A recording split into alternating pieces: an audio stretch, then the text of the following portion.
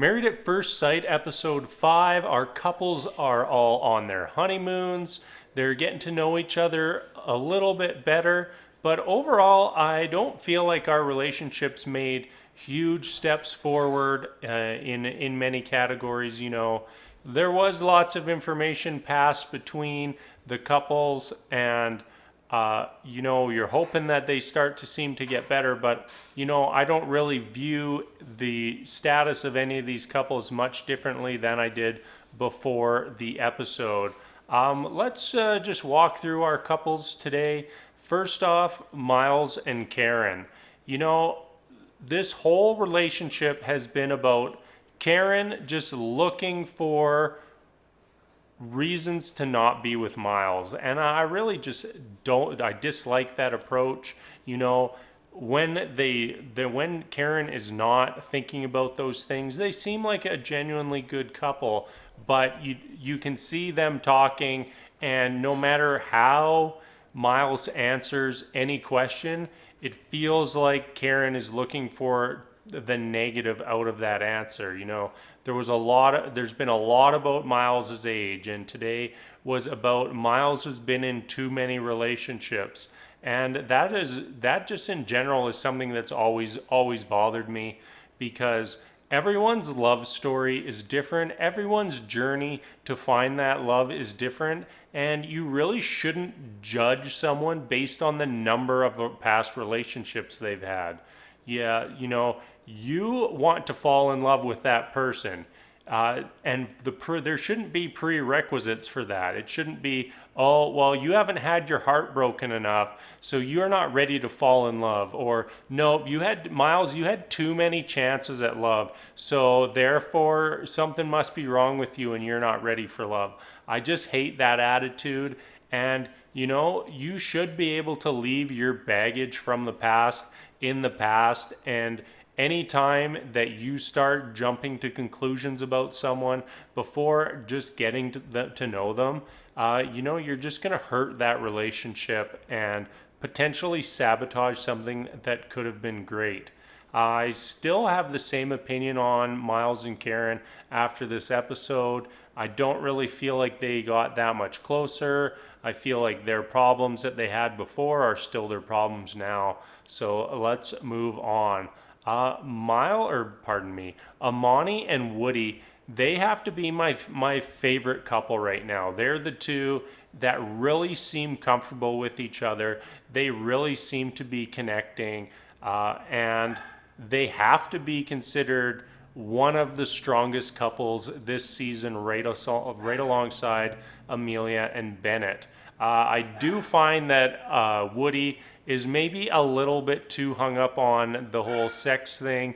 He really wants to have sex with Amani, and while that is something normal in a relationship, in this circumstance, I don't feel like it's something that should really be pushed into the relationship and should be something to come naturally. At this point, if they're both comfortable and they both want to have sex, great. But if one of those two people is not, then I think the other person should respectfully just push back on that topic, make it known. It's like, yes, I would like to have sex with you, but I'm happy to wait until you're ready. Maybe not in those exact words, but I think that is the proper way to approach it.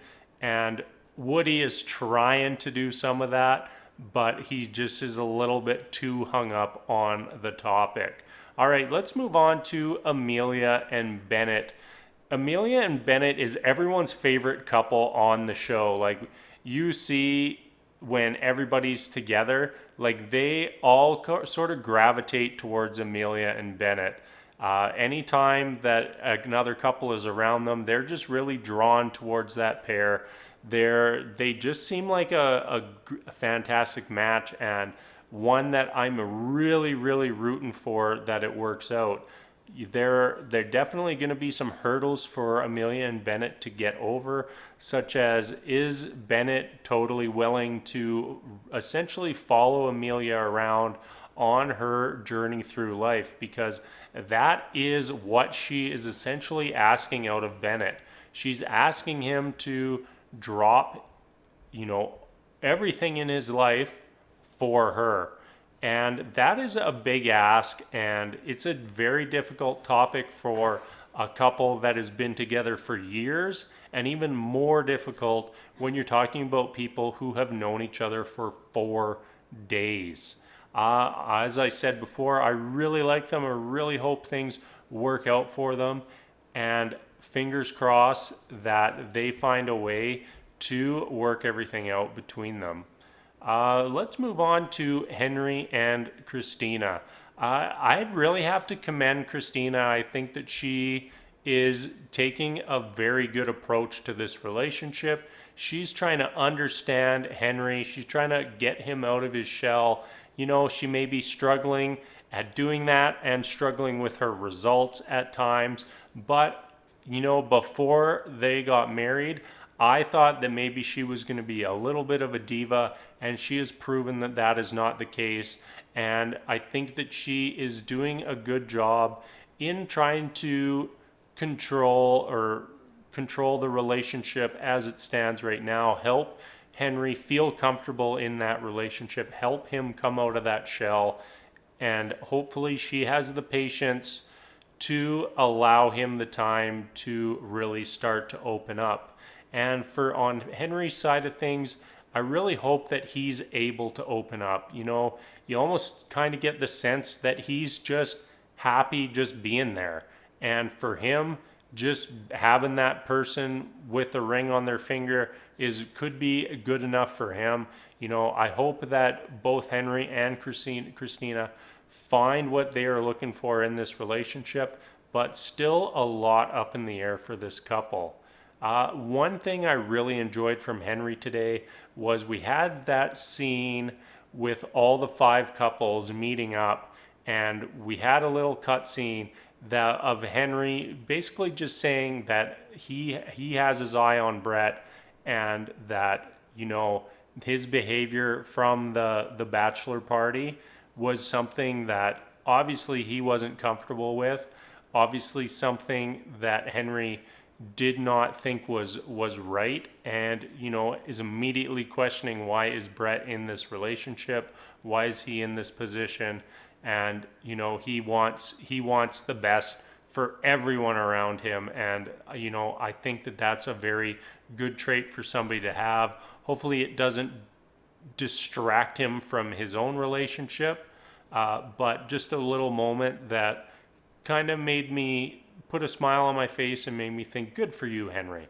All right, our last couple, Olivia and Brett, they really do seem like a good match. You see them going through all their obstacle courses and all their activities today, and they were really in it together. They were really meshing well, and even their big conversation about kids, and you could tell it wasn't very comfortable for Olivia, even though she brought it up. Brett and Olivia handled that very well, basically saying, Brett's saying, I don't want to force you to have kids. I want us to have kids when we're both ready. And Olivia just being very honest and saying, I'm not ready now. I can't guarantee I'll be ready in the future, but it is something I'm open to in the future. And I just thought that was a very good moment for both of them. All right, that is it for this episode. Looks like the honeymoon phase, as I would call it, where everybody's kind of blissful in that new relationship, could be coming to an end pretty soon, as the preview looked like some of our couples start to have some issues that they're going to need to conquer. So we'll have to tackle that all next week. But until then, thank you so much for watching, and we will see you later.